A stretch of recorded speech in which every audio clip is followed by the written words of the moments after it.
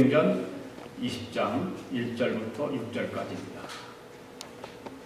같이 읽겠습니다. 시작. 소요가 그침에 바울은 제자들을 불러 권한 후에 작별하고 떠나 마게도냐로 가니라.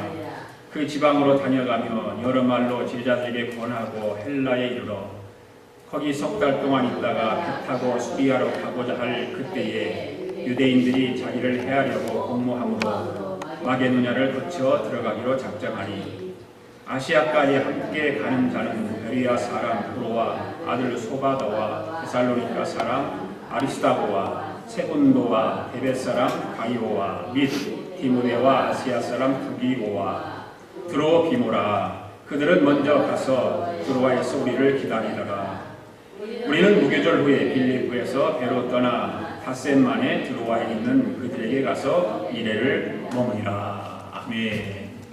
오늘도 함께 은혜 받기를 원합니다. 주의 사랑으로 사랑합니다. 인사하면서 앉으십시오. 할렐루야. 감사합니다.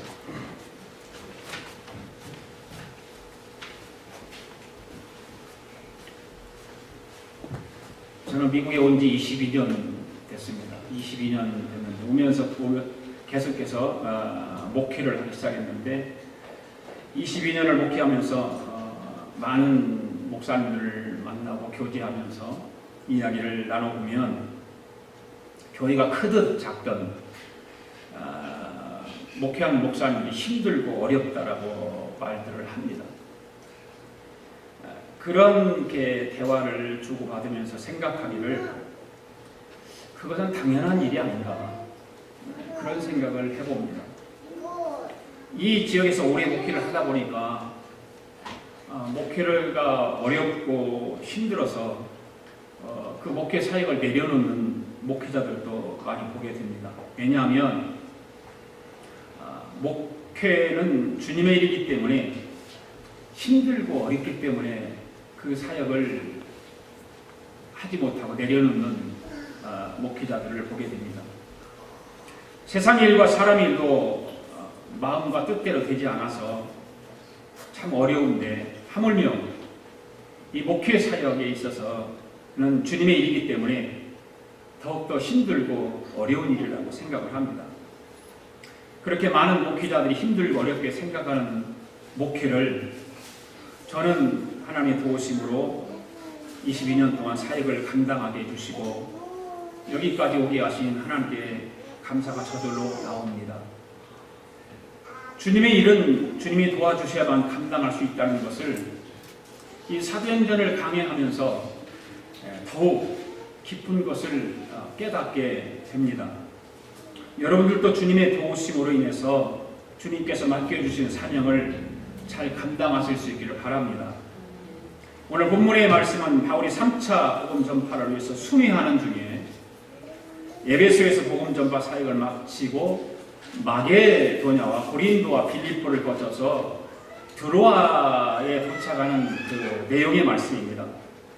바울이 그렇게 많은 복음 전파 사역을 감당하고 드로아에 도착한 것은 전적으로 하나님의 도우심이었다라고 하는 것을 알게 됩니다.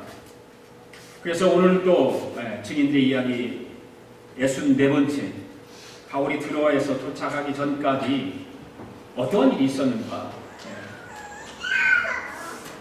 그것을 한번 살펴보면서 하나님의 말씀을 강의하도록 하겠습니다. 첫째로 드로아에 도착하기 전까지 바울은 성도들에게 신앙의 권면을 했습니다. 1절 2절 읽습니다. 시작. 소요가 그침에 바울은 제자들을 불러 권한 후에 작별하고 떠나 마게도냐로 가니라. 그 지방으로 다녀가며 여러 말로 제자들에게 권하고 헬라에 이르러. 아멘. 여러분, 바울이 에베소를 떠난 때가 언제일까요? 언제 에베소를 떠났습니까? 지난 주일날 우리가 공부를 했습니다. 왜 떠나게 됐고 언제 떠났습니까? 그 아데미 신전에 있는 그 은장색 장사꾼들이 난동을 부렸잖아요. 소요가 일어났습니다. 그래서 그 소요로 인해서 바울은 떠납니다. 그 소요가 멈추고 나서 이제 에베소를 떠나죠. 바울이 왜 그 소요가 멈췄을 때 그것을 떠났을까? 그냥 소유가 일어나고 있을 때 떠날 수도 있잖아요. 네. 모든 것이 힘들으니까 너희들은 뭐 소유가 일어나든 또 난동을 부리든 아유 나는 여기서 더 사역 못하겠다 하고 떠날 수 있습니다. 그런데 바울은 그 소유가 난동이 그치기를 기다리다가 그 모든 난동과 소유가 그치자 그곳을 떠나게 된 이유는 그냥 그 소동과 난동이 있을 때 떠나면 그런 것 때문에 도망간다라고 하는 그런 말을 들을 수 있잖아요. 아유, 저 복음 전하다가 우리가 좀 난동 좀 부리고 소요를 일으키니까 도망가는구나. 그렇게 생각할 거 아닙니까? 그런 것이 비춰지지 않기 위해서 소요가 다 끝나고 난동이 끝난 다음에 떠나게 된 것입니다. 사도 바울이 에베소에서 뭐 죄를 지었다거나 뭐 다른 어떤 큰 잘못을 했다든가 그 에베소에 있는 지역 사람들을 괴롭혔다든가 그렇게 해서가 아닙니다. 바울은 온전히 하나님의 뜻을 따라서 복음을 전파했고 영혼을 구원하고 생명을 살리는 일만 했습니다. 어디를 가더니 바울은 그런 일을 감당했습니다. 그렇기 때문에 소요가 일어난다고 해서 그곳을 도망가듯 빠져나갈 이유가 하나도 없는 것입니다. 바울은 언제든지 하나님의 복음 전하는 일만 하겠기 때문에 소요가 일어나든 그 우상 숭배하는 사람들이 와서 괴롭히든 상관하지 않고 하나님의 복음만 전해주었습니다. 바로 바울의 마음속에는 하나님이 이곳에 나를 보내주셨으니까 하나님께서 나를 마지막까지 보호해 주실 것이다. 보내주신 분도 하나님이시고 자기를 보호해 주시는 분도 하나님이라고 하는 것을 믿었습니다. 그래서 바울은 복음을 위해서 어떤 희생도 감수할 각오를 가지고 사역을 감당했던 것이죠. 그래도 에베소를 떠난 이유는 한 가지 또 있다면 뭐냐면 제자들이 염려가 되는 거예요. 자기가 지금까지 복음 전하고 다녔던 그 지역들 천천히 돌아보면 소식들이 들려오는 것들이 별로 좋은 소식들이 안 들려오고 그러니까 염려가 됐습니다. 그래서 이제는 내가 에베소에서 오랫동안 있었는데 이곳에 떠날 때가 되었다. 내가 복음 전한 그 지역들을 한번 살펴봐야 되겠다. 그런 생각이 있었습니다. 그는 그래서 그때를 알고 그 때에 맞춰서 이제 순응하는 지혜가 있었습니다. 사랑하는 교우 여러분, 하나님의 일을 감당하는 사람들은 어려운 일을 만나고 또 사람들의 반대에 부딪힐 때 당황하지 말고 하나님께서 모든 것을 해결해 주실 것을 믿고 기도하면서 기다려야 될 줄로 믿습니다. 바로 하나님의 사람들은 하나님의 일을 하는 사람들이기 때문에 모든 것이 합력하여 선을 이루어 주시는 그 하나님의 그 때를 기다려야 될 줄 압니다. 그러한 와중에서 사도 바울은 어떤 일을 또 했습니까? 에베소에서 에베소 교인들을 불러다 놓고 하나님 말씀을 가지고 권면했죠. 자기가 복음을 전했던 그 사람들을 불러 모아놓고 다시 권면의 말씀을 하고 있습니다. 그리고 마지막으로 그들과 작별하고 마게도냐로 떠나서 마게도냐에 도착해서 다시 성도들을 불러놓고서 여러 가지 말로 신앙의 생활에 대한 권면을 합니다. 사도 바울의 복음 전파 사역의 모습을 살펴보면 1차 전도 그 복음 전파 사역과 2차 복음 전파 사역을 했습니다. 그리고 3차 복음 전파 사역을 위해서는 어떻게 한다고 했습니까? 돌아보는 일을 감당하는 것이죠. 아시아와 유럽, 마게도냐, 북은 고린도, 빌립보, 아덴 이런 지역을 다니면서 이제 복음 전하는 곳에 성도들을 불러놓고 예수 믿는 사람들을 불러놓고 그들에게 견고한 신앙을 가지도록 권면하고 세우는 방법을 감당하게 되었습니다. 오늘 목회도 그런 것 같습니다. 사도 바울이 사역을 했던 방법으로 해야 하지 않을까. 하나님의 복음을 전했으면 그 말씀을 선포하는 일도 잘해야 되지만 양육하고 권면하는 사역도 잘해야 된다라고 생각을 합니다. 그래서 2절의 말씀을 보면 무슨 말씀이 있습니까? 분명하게 여러 말로 제자들을 권면했다 이렇게 말씀하고 있어요. 여러 말로 제자들을 권면했다. 바울이 신앙생활에 대해서 여러 말로 권면했다고 되어 있는데 무슨 말로 어떤 방법으로 권면했을까?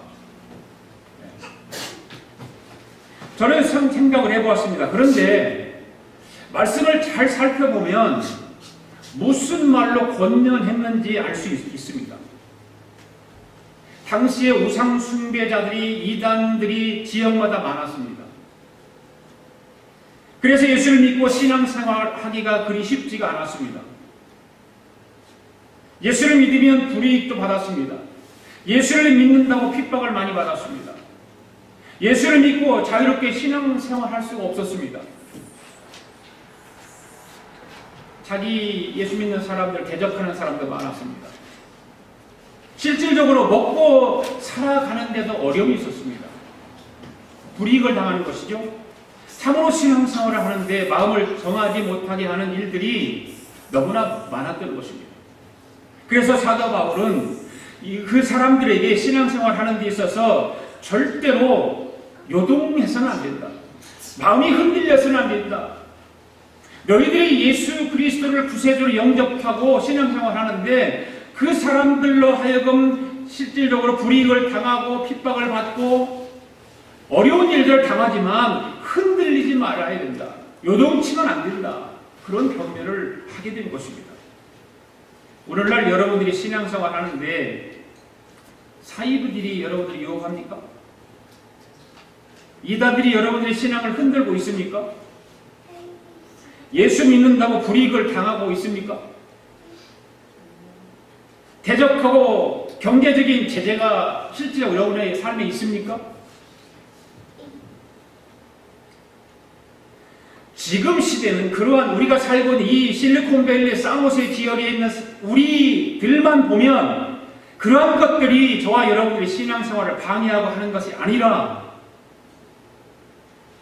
이제는 너무 편한 것들이 방해를 한다는 거죠. 편안한 것들이 우리를 방해하는 거예요.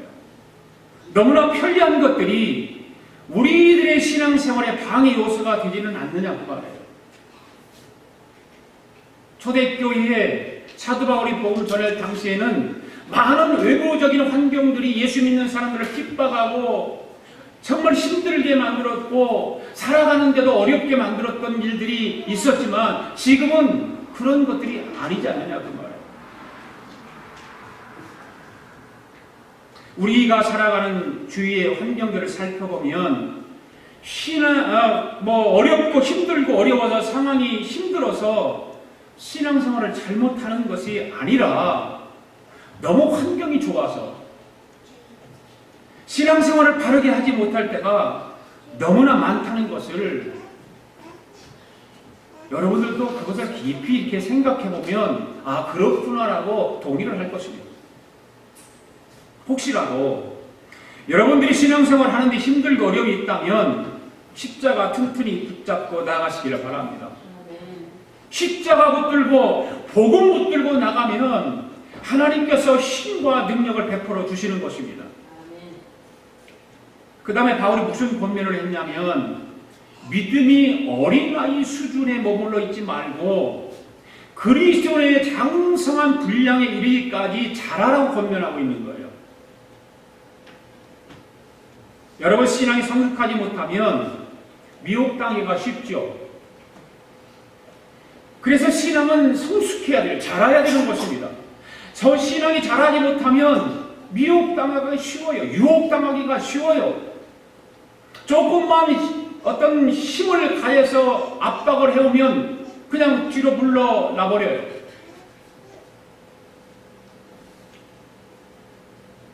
오늘 우리 아가페 교회 공동체 여러분들은 어린아이의 수준에 머물러 있는 신앙이 아닌 그리스도의 장성한 분량까지 자라서 성숙한 신앙인들이 될 수 있기를 바랍니다.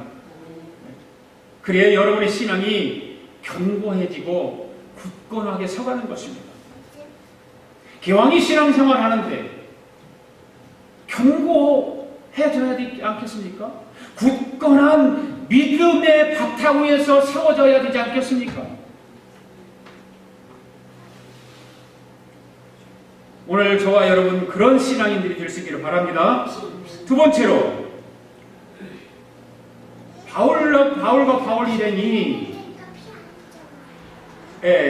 그곳에 오기 전까지 어떤 일을 했을까? 무슨 일을 했을까? 첫 번째는 그렇게 성도들의 신앙 권면을 했습니다. 그 다음에 드로아에 오기 전까지 두 번째는 어떤 일을 했냐면 바로 이런 것을 했죠. 유대인들의 살해 공모가 있다. 이 바울 일행을 유대인들이 죽이려고 바울을 그래서 음모를 꾸민 일이 있었습니다. 3절이 있습니다. 시작. 거기 석 달 동안 있다가 배 타고 수리아로 가고 살 때 그때 유대인들이 자기를 해하려고 공모함으로 마게도냐를 거쳐 돌아가기로 작정하니. 아멘. 바울이 에베소를 떠나서 고린도에 도착합니다. 그런데 그곳에 3개월 동안 머물러 있습니다. 3개월은 결코 짧은 기간이 아닌데, 그런데 그곳에서 무엇을 했는지는 알 수 없어요. 에베소에서 이제 고린도 왔어요. 마케도니아로 왔습니다. 그런데 성경에는 보면 자세한 기록은 없지만 많은 구경학자들이 바울이 그 고린도에서 와서 로마서를 기록했을 것이다 그렇게 주장을 해요. 에베소에 머물러 있을 때 이미 로마를 생각하고 로마를 가슴에 품었다고 지난주에 말씀을 했잖아요. 이미 바울은 로마를 향한 마음이 뜨거웠어요. 이미 그래서 로마를 향한 가기로 작정을 하고 계획을 하고 기도도 했을 거예요. 그러니까 그 로마를 가슴에 품었기 때문에 그곳에 있는 형제들을 생각하면서 기독교의 복음을 체계적으로 기록을 하기 시작하지 않았을까. 그 로마서를 그래서 기록하지 했다라고 얘기합니다. 여러분, 로마서를 읽고 변화된 사람들이 몇 명이 우리가 잘 아는 사람, 성 어거스틴. 성 어거스틴도 이 로마서를 읽다가 변화가 일어난 사람입니다. 마틴 루터. 로마서를 읽다가 종교개혁을 일으킨 사람이 마틴 루터입니다. 그리고 감리교 창시한 요한 웨슬레 같은 사람들도 마찬가지. 로마서를 읽다가 변화받은 사람입니다. 왜? 로마서는 복음의 핵심이 그 안에 다 들어있습니다. 복음이 무엇인가? 바로 로마서 안에 다 있습니다. 그래서 바울이 고린도에 있을 때에 로마서를 기록했다라고 학자들은 말하고 있습니다. 그런데 사도 바울이 고린도에서 3개월 머물러 있는 동안 유대인들이 자기를 죽이기 위해서 공모하고 있다는 사실을 알게 됩니다. 그래서 어쩔 수 없이 배를 타고 수리아로 가기로 했던 것을 마게도냐로 돌아갑니다. 고린도에서 육로로 해서 그러면 쭉 이렇게 빌립보에서 쭉 이렇게 육로로 와야 되죠. 그런데 고린도에서 수리 안쪽으로 가려면 그냥 배 타고 바로 가려고 계획을 세웠던 거죠. 그런데 유대인들이 자기를 죽이려고 한다는 사실을 알게 됩니다. 그래서 어쩔 수 없이 수리아로 가지 않고 마케도냐로 돌아서 육로로 해서 이제 가기 시작합니다. 우리들 같으면 누군가가 복음을 전파하는 나를 죽이려고 공모한다고 하는 사실을 알게 되면 얼마나 두렵겠습니까? 그리고 전도계획을 취소할 수도 있을 거 아니에요. 아이고 내가 뭐 죽임을 당할 판인데 일 안 한다고 그래서 뭐 내가 손해날 것도 없을 것 같은데 이렇게 생각이 들을 수 있습니다. 그러나 사도 바울은 두려워서 떨지도 않았고 하나님께서 자기에게 주신 그 은혜를 따라서 그 계획을 중단하지도 않았습니다. 수리 안디오로 가기 위해서 해변가에서 이 유대인들이 바울을 살해하려고 지키고 있는 것입니다. 그걸 알았던 거죠. 그래서 다른 길로 돌아가야 되겠다 생각을 하게 된 것입니다. 그래서 사도 바울은 복음 전파 사역은 누구도 막을 수가 없었던 것입니다. 성령의 역사를 통해서 성령님께서 바울을 붙들어 주시고 바울이 예수님 만난 그 기쁨과 은혜를 통해서 복음 전하는 일은 누구도 막을 수 없었어요. 이 장면을 보면 바울이 그러니까 용기가 있을 거 아닙니까? 담대함이 있을 거 아닙니까? 그 용기와 담대함을 앞세운다고 해서 무리하게 위험한 길을 선택하지 않았다 그 말이에요. 의문이 있고 바울이 용기가 있습니다. 하나님의 은혜를 주었으니까 정말 힘이 있습니다. 두려움이 없습니다. 그러니까 그 의문이 뭐 있을 가능성이 있잖아요. 내가 죽으면 죽으리라. 유대인들에게 죽으면 죽으리라고 내가 해변가로 가서 배를 타고 수리 안도로 가야 된다. 그리고 갈 수도 있잖아요. 그런데 바울은 그렇지 않아요.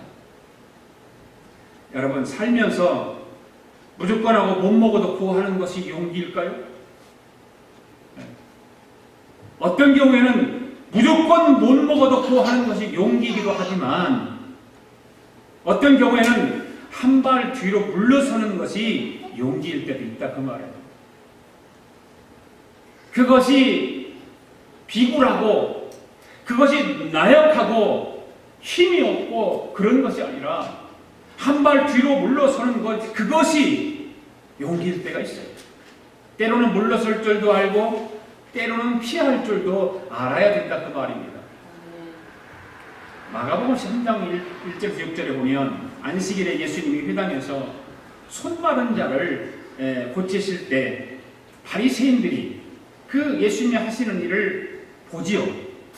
안식일에 예수님이 무엇을 하나 어떻게 하나 한번 보자. 당시 안식일에는 아무것도 안 하게 되어 있잖아요.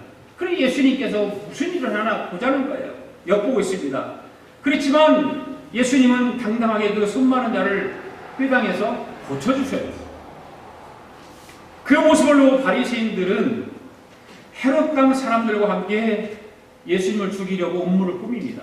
그것을 보고 그런 상황을 알고 주님은 어떻게 하십니까? 어디 한번 붙어보자 하고 했을까요? 음모를 꾸몄을 때에 예수님은 그들과 정면 대항을 하지 않았습니다. 어디로 한 발 물러서죠? 바다로 물러가요. 다시 한 발 물러섭니다. 예수님 자신은 당당했지만 아무렇게나 마구 부딪히지 않았다 그 말입니다. 여러분, 힘이 없어도 하나님의 뜻이면 전진하는 것입니다. 아멘. 그렇지만 힘이 있어도 하나님의 뜻이 아니면 물러설 줄 아는 것이 용기인 것입니다. 그래서 우리는 인생을 살아갈 때에 우리는 항상 하나님의 뜻을 물어야 돼요. 하나님의 뜻이 있는 거 어디 있는 걸 찾아야 되고 그리하려면 말씀을 묵상해야 되고 하나님 앞에 기도해야 되지 않겠습니까? 네. 내 앞에 산적해 있는 일이 많이 있음에도 불구하고 하나님 앞에 물어보지도 않고 물어보기 위해서 기도하고 말씀을 묵상해야 되는데도 그렇게 하지도 않고 그냥 내 식으로 살아가는 거예요. 여러분, 사도 바울은 복음 전파 사역 때문에 생명의 위협을 받은 사람입니다. 그러나 바울은 두려워하거나 복음 전파하는 것을 중단하지 않았습니다. 원수들이 방해하고 위협하고 길을 막고 다른 길로 돌아가서 그 길을 계속했다고 말해요. 그렇게 위험한 일이 있었지만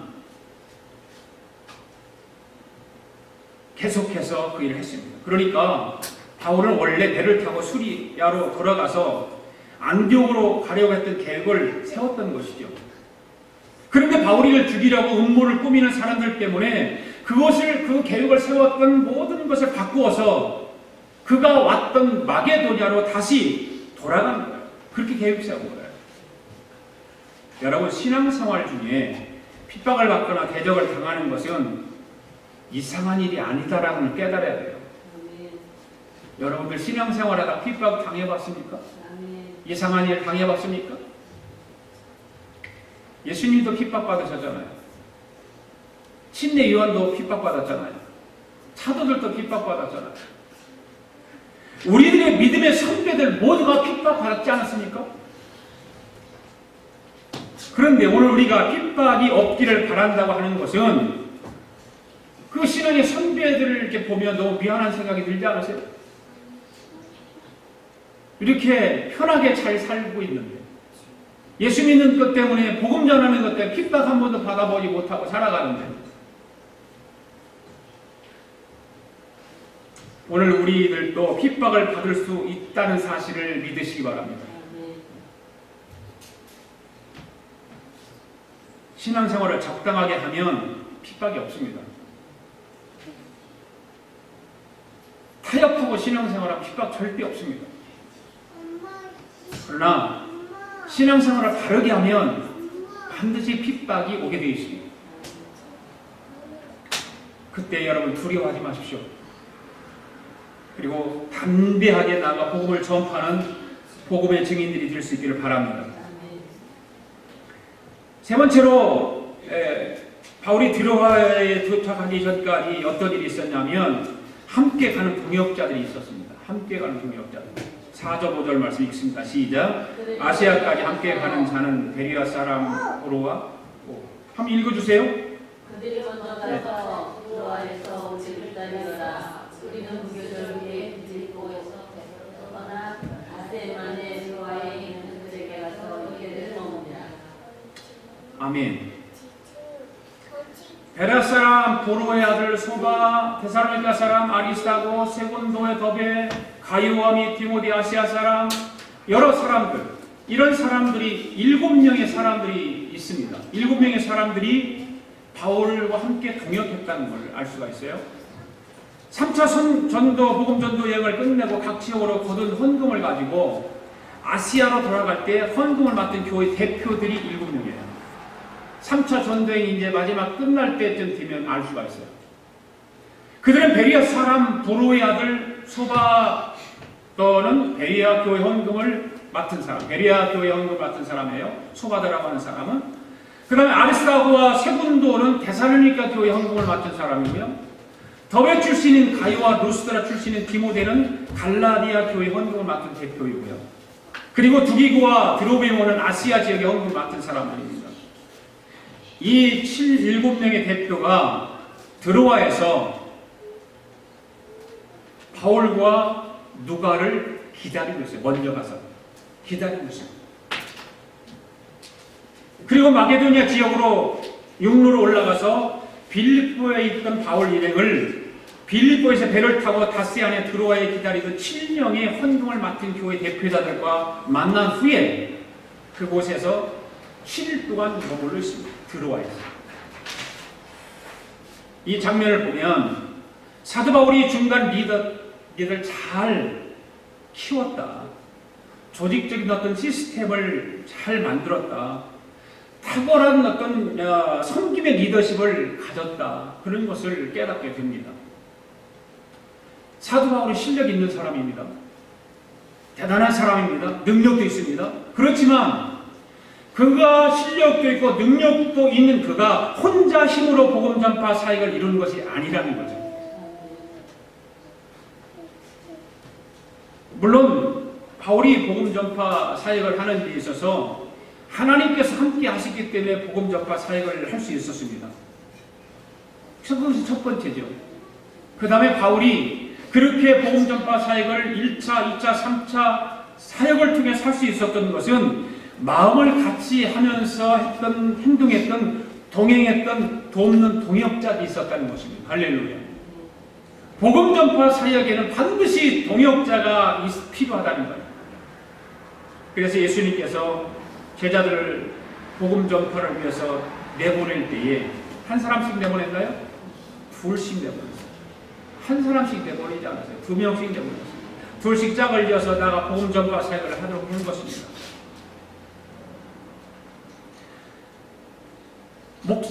목사가 목회 사역에 있어서 최선의 동역자는 부인입니다. 부인.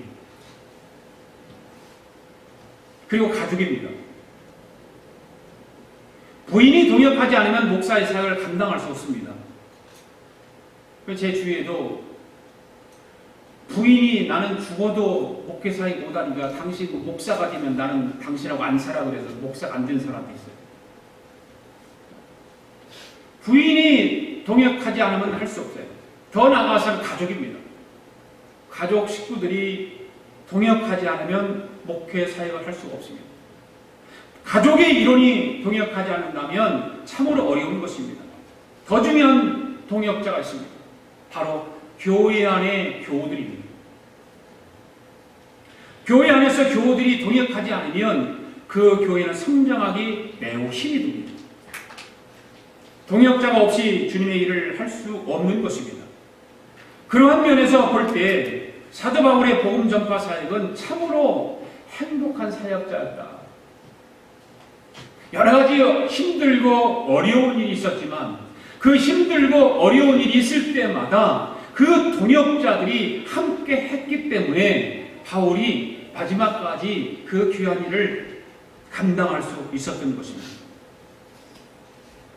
바울에게는 항상 생사고락을 함께하는 동역자들이 많이 있었어요. 사랑하는 교우 여러분, 사도 바울과 같이 위대한 주님의 종도 그렇게 좋은 동역자들이 많아서 잘 사명을 감당할 수 있었습니다. 그러나 저는 너무나 부족한 사람입니다. 그렇기 때문에 더 많이 협력하는 동역자들이 많아야 되지 않을까요? 여러분, 저와 함께 하나님의 일을 감당하는 동역자들이 되어주시기를 바랍니다. 하나님의 위대한 나라를 위해서 함께 달려가는 동역자들이 되어주시기를 바랍니다. 동역한다라고 하는 것은 서로의 장점을 나누고 약점은 도와주는 것입니다. 그래서 바울은 약한 점을 동역자들이 도와주었습니다. 바울의 약한 점. 그래서 물질로 바울을 많이 돕는 사람들이 많았습니다. 의사 누가라고 하는 사람은 의사 아닙니까? 바울이 건강하지 못하니까 그 의사 누가가 바울의 많은 일을, 육체의 아픔을 도와줬을 거예요. 동역자들은 바울에게서 자신들에게 부족한 영적인 것을 체험받았던 거죠. 이게 바로 동역하는 거예요. 바로 선한 하나님의 나라 일을 위해서 서로 채워주는 일이 동역자의 일인 줄로 믿습니다. 이처럼 바울 같은 위대한 사도도 성도의 교제를 그리워했고 동역자들과 함께 일하는 것을 철저한 원칙으로 삼았던 것입니다. 이것은 우리의 신앙생활과 사역의 중요한 원리이기도 합니다. 성도의 교제와 동역하는 원리는 하나님께서 연약한 우리에게 주신 매우 귀한 선물이라는 것입니다. 동역하는 것. 너는 너, 나는 나가 아니라 동역한다라고 하는 것은 굉장히 중요한 것입니다. 그리스도의 몸인 교회 안에서 혼자 신앙생활하고 혼자 일하는 것이 아닙니다. 주님께서 주신 사랑하는 형제들을 귀하게 여기고 늘 교제하기를 힘써야 됩니다. 이것이 동역이죠. 그리고 교회 안에서 교우와 교우들 사이에 동역이 필요한 것입니다. 개인 플레이하면 안 되죠. 성도가 아파도 아픈지, 성도들이 주일날 교회를 빠져도 왜 빠졌는지,